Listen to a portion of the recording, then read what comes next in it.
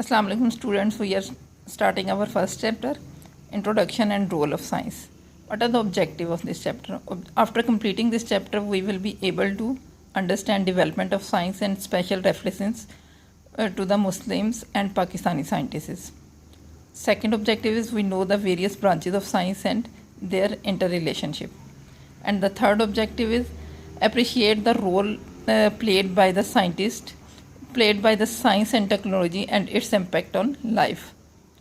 Fourth objective, comprehend the limitations of present science and wide scope for its future development. Our first topic is brief history of science. First of all, we have to know what is science.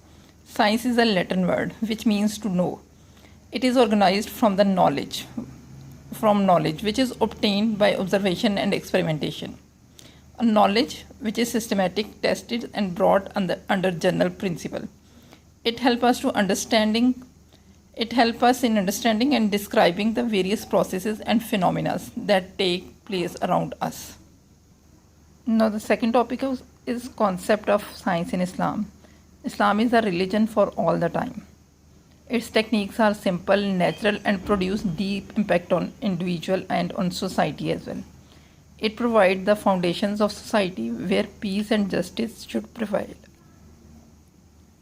Quran, the holy book of the Islam, contains complete code of life in the world and thereafter. We find the several verses of Holy Quran that stimulate the man to gain knowledge and ponder over the various processes and phenomena of the universe such as earth, skies, oceans, wind, mountains, and the variety of life.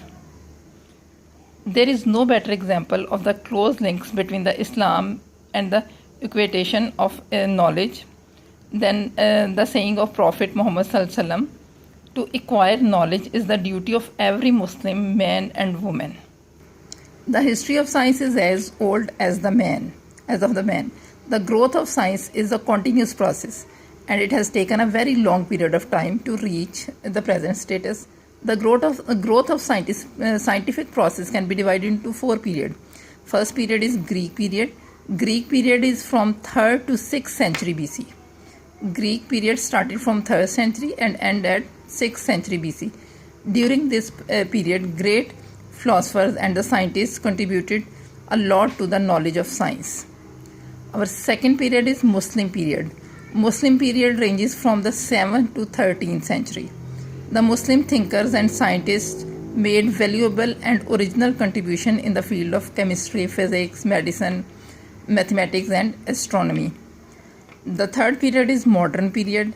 It is the advancement of the Muslim in the field of science and technology, deeply influenced by the West.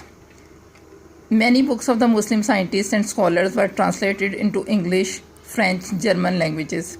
During 7th century and to 19th century, most of the scientists' research work was carried by the West. This was the period of discoveries and inventions. Now the recent period. In the 20th century, the growth of scientific knowledge has been revolutionized the human. Electronics, telecommunication, computer, lasers, space exploration, genetic engineering, surgery and transplantation of human organs are the major achievements of 20th century. Nuclear energy and space invention have opened new fields of science and technology. Now we will read about the brief contribution of Muslim scientists. First of all, Jabir bin Hayyan. He is considered as the father of chemistry. He has his own library. He invented sulfuric acid, nitric acid, hydrochloric acid and several other important compounds. Next scientist is Muhammad ibn Zakaria al-Razi. He is the great physician. He wrote 2 books. In his books, he wrote the history of some medical cases and symptoms and the treatments. He was first to discuss in detail of smallpox and measles. Next scientist is Ibn al-Haytham. He is also a physicist. Ibn al-Hisham gave the basic principle of reflection and refraction. He works on lenses and explain the working of eyes. Next scientist is Al-Biruni. He was a great scholar of physics, mathematics, geography and astronomy. He traveled through India and recorded his observations. Our next scientist is Abu Ali Sina. He was a great scientist of his time. He wrote many books, more than 100 books in medicine, science, philosophy and literature. His book was prescribed as the textbook in the medical institutes of Europe till 17th century. Our next scientist is Ibn Battar. He is known for the studies in plant.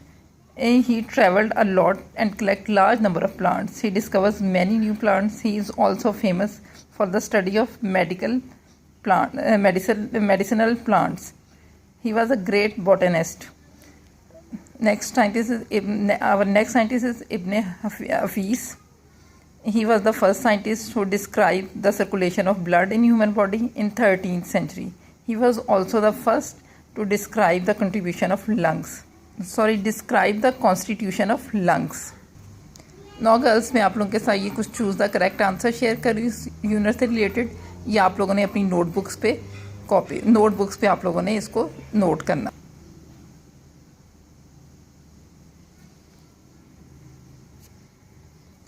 Girls, आप लोगों ने पूरे chapter को carefully read करना है, बल्कि भी हमने जहाँ तक पढ़ा है वहाँ तक केयरफुली रीड करना है.